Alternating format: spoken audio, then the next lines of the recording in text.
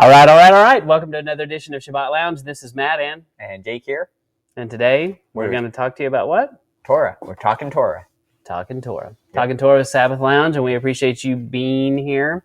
And we'd appreciate if you subscribe. There is literally a button here. I think I've said that before, and there's never a thing. Yeah. Now there is actually a button. We got to point this way because we're there. Okay. I'm glad you're good at spatial patterns. You gotta use your mirrored vision.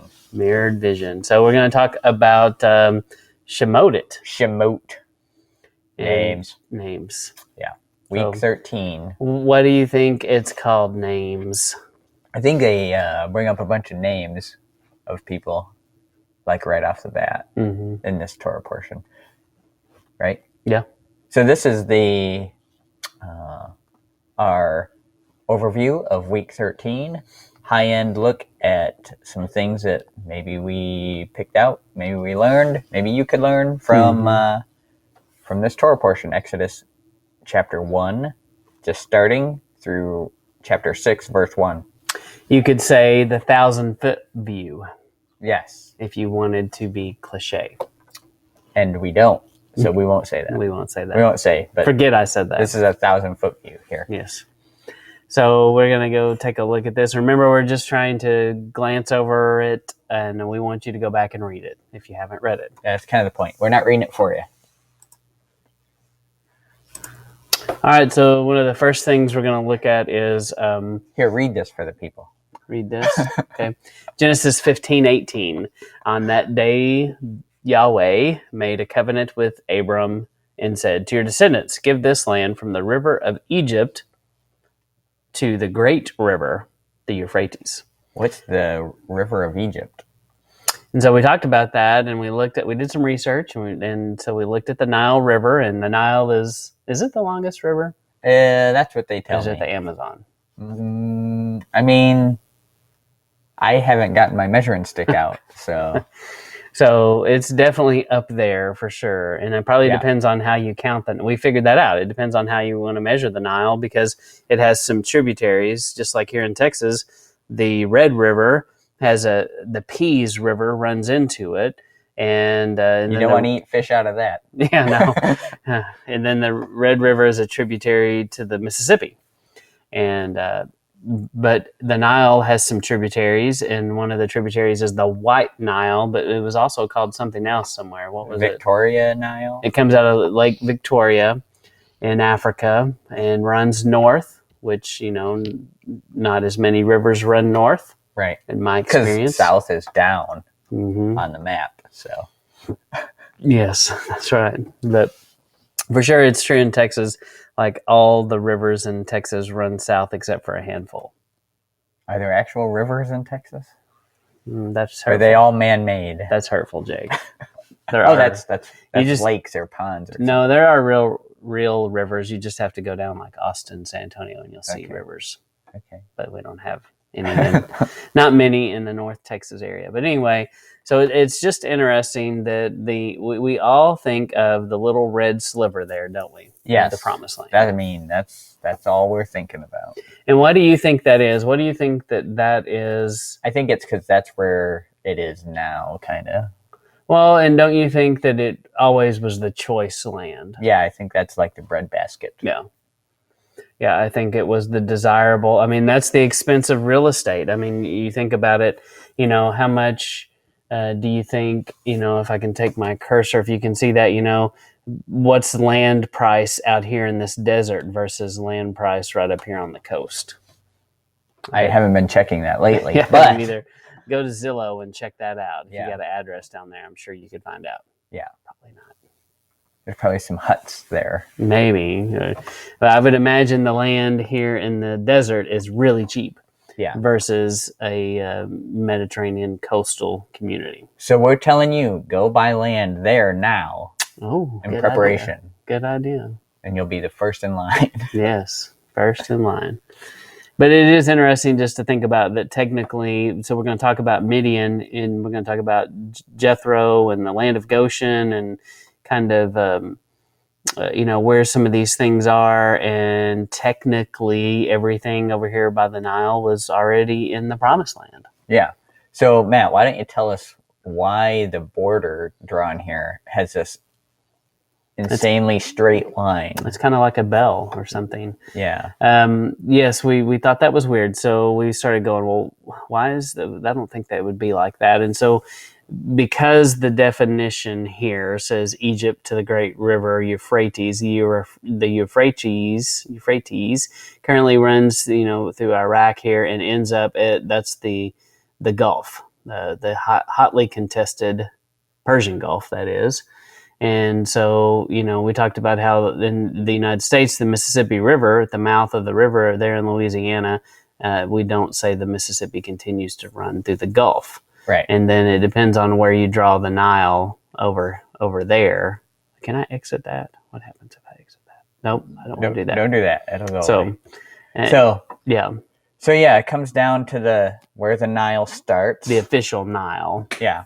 And so it says in the verse, all the land from the river of Egypt, the Nile, to the Euphrates. So all the land in between there. So a lot of people, they'll draw this line from the straight line from the Nile to the Euphrates. But we've also seen maps that take this whole area of Saudi Arabia and Oman and Yemen, and they include all that as part of the land. And some of this stuff here in Egypt or in Africa. Yeah, they take it all the way to the water. Yeah. Mm-hmm. But it is interesting to we don't often think about the Saudi Arabia connection much, and we also don't think and talk about the Africa connection, very much. But I mean, they're in Africa. Yeah. We think of it, I think, sometimes being more European, but definitely, Africa is right there. Yep. So anyway, study that out. See what you think about the original land grant versus what we see today. But people get all in a knot today about this piece of land, and people talk about the temple and the red heifer, and they can get so bent out of shape. And I think they are missing the point. Yes, there is a modern country named Israel, but it is not the Israel that you and I belong to. Right. Not necessarily. It's not the same, necessarily the same thing. Exactly. Name's the same. Name same. All right, so let's talk about Moses. Moses moves to Midian. And so there's some scriptures there. And so, why Midian? Who's in Midian? There's this guy named Jethro down there. That's right. So Jethro. I think he played the flute, right? Jethro played the flute. Jethro Tull. Oh, Jethro Tull. Very good. Jamming on that flute. Man. Mm-hmm. Anyway. Yes. So you've got the identification of the land of Goshen, which is, kind of over here.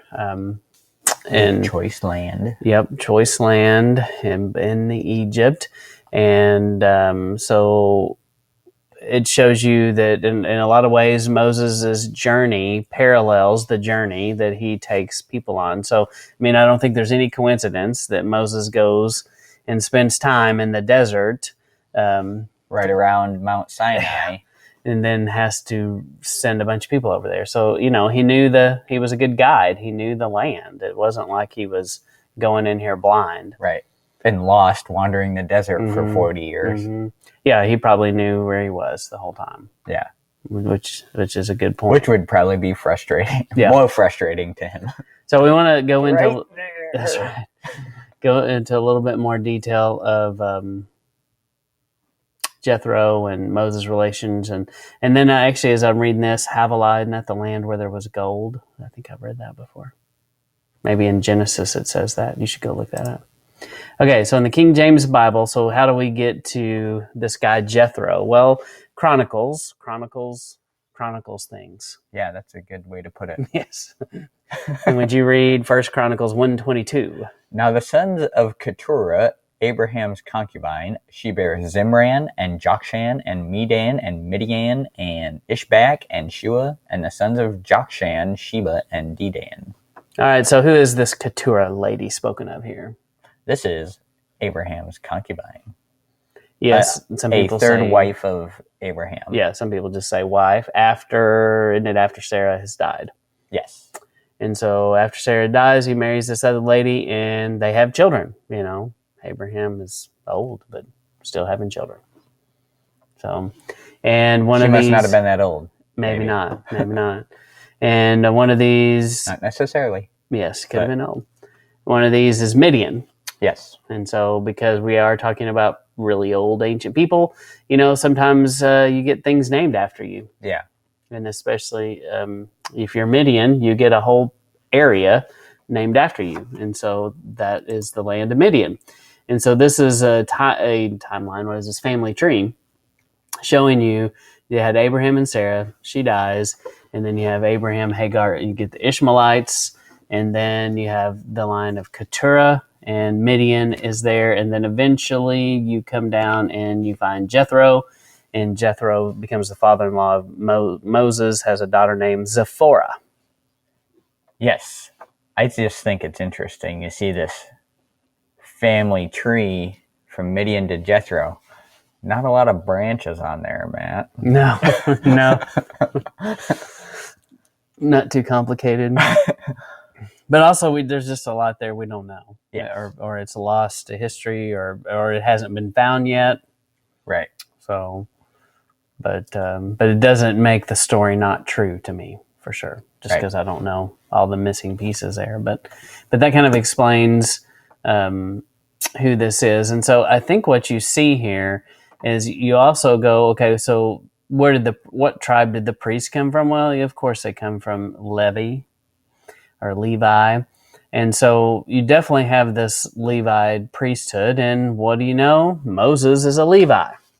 He is a Levi. And what did it say about Levites later on in the Torah? Moses wrote that Levites, who could they marry?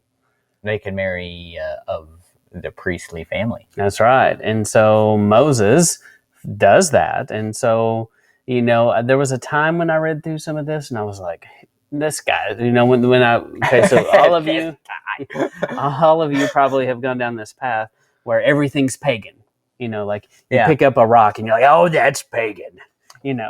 Everything is pagan. And so when I saw that pet rocks are pagan. Yes, pet rocks. What about a rock concert? rocks glued on a piece of board and it says rock concert. Oh, that's really old. Super pagan.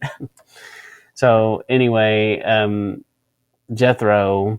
Yeah, so when they say Jethro is a priest, we automatically go, oh, pagan priest. Yep. Yeah.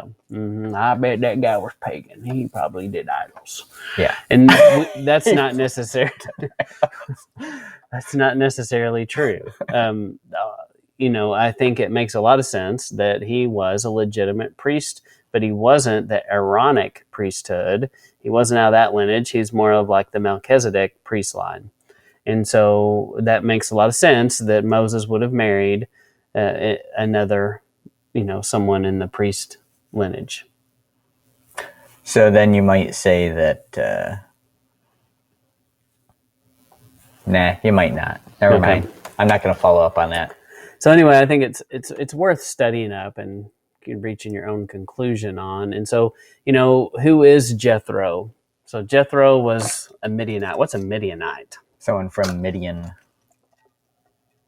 One of the sons of Midian. And they were considered nomadic tribe people. Yeah. Living in the desert. And so, did they live in Egypt?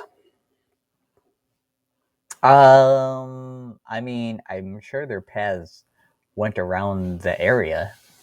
They weren't in Egypt proper, as you might say. Right. And so, it says they were metalsmiths. I got this all from Britannica or someplace like that. But Jethro was the father-in-law of Moses. He's a Kenite and a priest leader, which is the Kenites are important later, which is kind of interesting. But so, there are lots of things here to track down. If you've never looked at the Kenites, if you've never looked at the Melchizedek priest line, those are all things you should consider here. And but anyway, I think the understanding here is interesting. How they say, he was the priest leader of the tribe that he led in the worship of Yahweh. Mm-hmm. So, yeah, and that's the Britannica people saying that. So, I do think it's worthy to consider. It makes sense that he was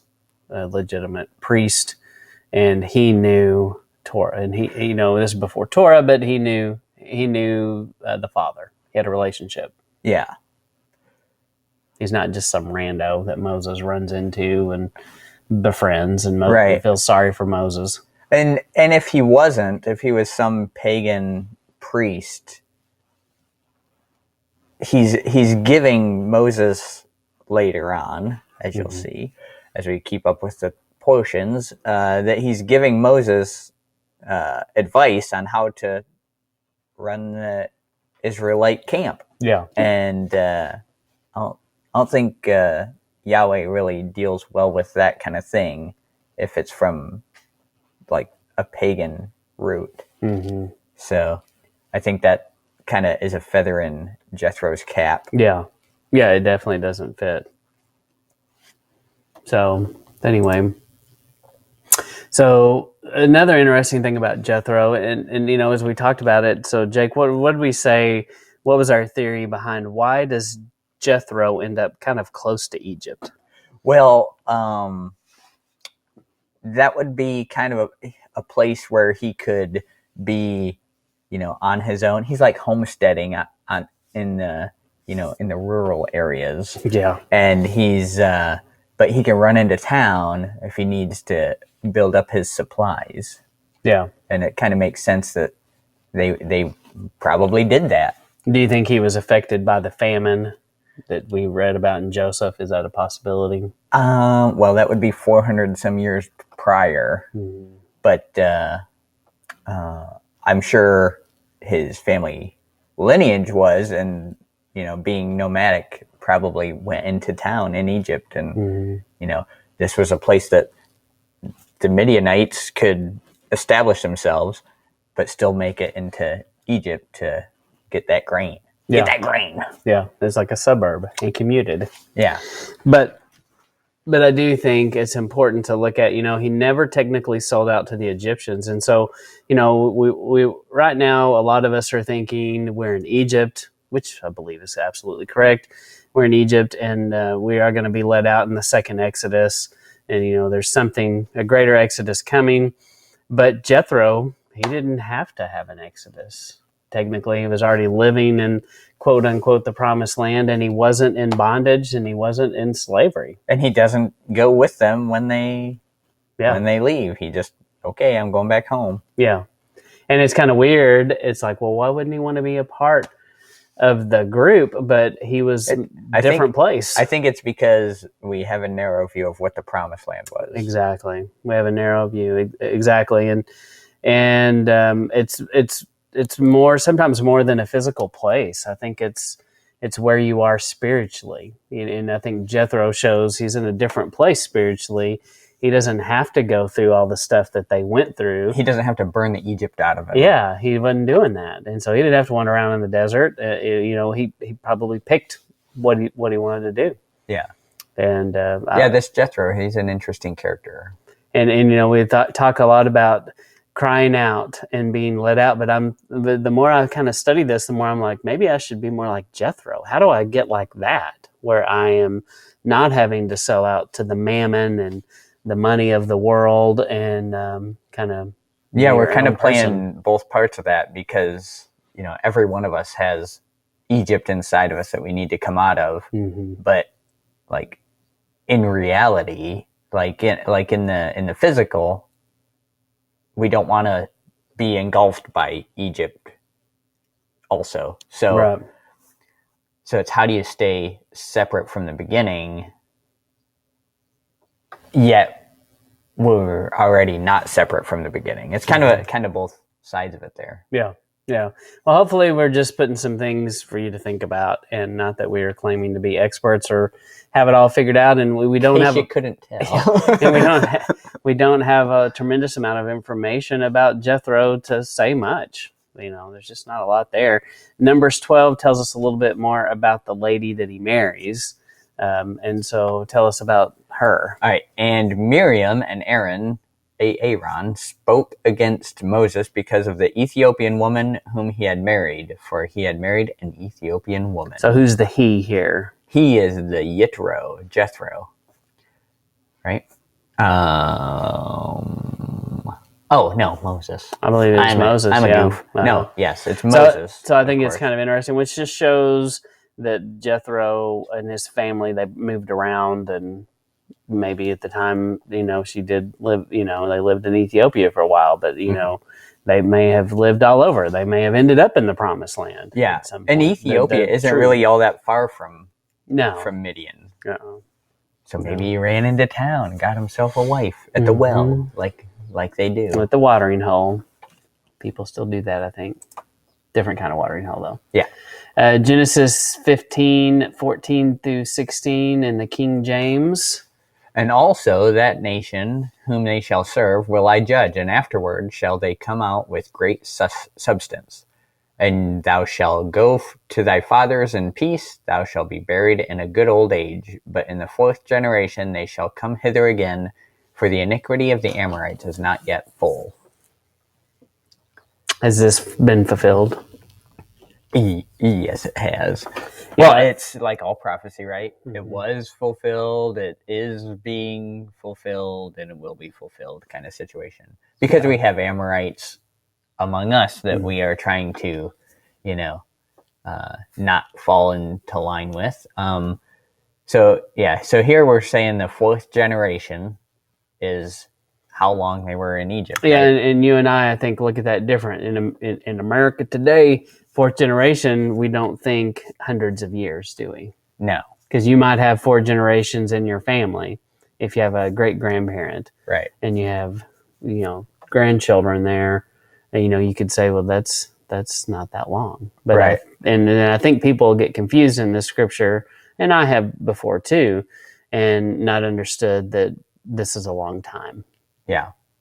And so we're going to prove that to you. Right. And I think interesting here, if we go back there, is for the iniquity of the Amorites is not yet full. Remember when they came out of Egypt, it was the army of Yahweh coming out of Egypt, and it was as a rod of smiting and judgment on pagan nations also. It wasn't just salvation for the Israelites. It was that too, but it was also a judgment for other nations. Mm-hmm. And this is a timeline, just kind of showing you where Moses comes from and Jethro, and it didn't really explain the Jethro timeline. He just kind of pops out of nowhere there, but almost like Melchizedek did. Yes, it just kind of popped out of nowhere. Mm-hmm. And so then Exodus 12:40. The length of time that the Israelites lived in Egypt was 430 years. At the end of the 430th year, to the very day, all the ranks of Yahweh departed from the land of Egypt. All right, so 430, so that 4 generations becomes 430. Right. Why? It's because of this. They lived a long time. Yes. So this one kind of just, somebody did the math and just kind of shows the ages and timelines of the people, and that's how you get to 430. Correct. So just another proof that the word is true. Right. And also, before that, before the 4 generations, it also says 430 years as part of the prophecy, but it's before, it's actually right around the time of the 4 generations that he talks about. And then Moses is the grandson of Levi, and so that we've seen that. That's not hard to research there. But Jasher, the book of Jasher says that Moses had a Levi. Specifically says that. Now, see, I don't think I meant to say Levi priest, but his father is a priest, but also from Levi. So. Moses gets the girl by pulling the staff out of the staff out of a rock, like the sword and the stone. That's the legend that you see in the book of Jasher, where it was the same the rod and staff that he uses to part the Red Sea. He had really got that from, it was a staff that Adam and Noah had carried, and the forefathers, and eventually the last person to have it sticks it in the ground, and everyone tried to pull it out of the ground. It became like this thing. Nobody could pull it out of the ground. Moses comes up one day. He's like, oh, this thing, whoop, and it comes right up out of the ground. And they all loosened it. yes. And then Jethro's like, hey, you're the chosen one. Marry my daughter. So, take that for what it's worth, but that is what Jasser says, and so I just think it's worth mentioning a little bit of that possible backstory. But it also, sometimes you see these stories where, it doesn't take it's not hard to see that the sword and the stone and other legends probably, may have come out of something true that could have actually happened. So tell us about Moses. Moses was a kind lad. No. So he spent 40 years in Egypt, 40 years in the wilderness as a shepherd, 40 years as a leader. So this is just breaking up his timeline. He's about 40 when he smites the Egyptian, and then he's 80 when he leaves to go, when they leave Egypt and head into the wilderness. And then, he's continues in the wilderness for 40 years. So. Yeah, that's a long time, 40. A lot of people would think they were done, the midlife crisis. Many people at about 40 start going, well, I guess my life's half over. Yep. Moses was a third over, Yep. He was still going strong. So, I think it's important, for one thing, to look at Moses' life and realize that you can still be used at any point in your life. Yeah, you can be old, and you can still be used. Yeah, so. And I've heard it kind of explained in this way, like, he spent 40 years in Egypt, and it took 40 years to get the Egypt out of him, and then now he's taking 40 years to get the Egypt out of others. He's leading others, in the direction that he took also. Yeah. It helps understand why he's humble. Yeah. Because he went from being, practically king of the world to nobody. Yeah. Pounding sand in the desert, every day. And that'll do something to you. Yeah. And it took a while. And it also shows that, this journey we're on, it doesn't happen overnight. Yeah. This is changing slowly over time. It's kind of almost like the new wineskins things. If you did it too quickly, the wineskins would burst. Right. Oh, you're on something. Okay. Oh, is that it? And that's all we know about Shemot. Yep, that's all Shemot. That's all Shemot. Oh, that's right. So, this picture reminds me that we should mention the burning bush, because that happens right in this section. So the burning bush is a thorn bush, right? It goes with the thorns from the wilderness, from when they leave the garden, and that's the curse on the land and on man, is that they'll work through the thorns to make their harvest and to eat from the land. And the thorn bush that is the ark of the covenant, wrapped in gold. So this is tied with sin, right? The ram caught in the thicket. The ram caught in the thicket. That's probably thorns. It's a thorn bush. And then the crown of thorns on Yeshua's head. It's all tied up in a representation of sin. And this burning bush is like Yahweh can live with us, but he would burn our thorny nature. And just as he comes to dwell in us, he burns us, but he doesn't consume us. And the bush still looks like a bush at the end. Yeah. And he doesn't completely, he still allows us to be who we are. Yeah. Which is pretty fascinating. But you have to go through the fire. Yeah. To be purified. And so I think that's interesting, if you think about it that way, that, Yeah. Yeah, it is interesting too, because we also know, there's a lot of references to potter and clay and being refined and turned into something new, and that will happen. But the burning bush also kind of shows that its identity got preserved, even though it got cleansed. Yeah. But anyway, that's good. All right, anything else we want to say about Shemot? I mean, that's all I got right now. All right. Well, bottom line is, read this stuff. Read your Bible. Read the Torah portion. Find a group of believers to do this with, even if it's your own family, even if it's a neighbor. It's not hard to find people that you can fellowship with and host them for a dinner and read the scripture together. Just have a Bible study. So Yeah. that's basically, it's very simple. Don't make this complicated. Yep. Just read your portion, read the Bible, and try to pick out some stuff that strikes you.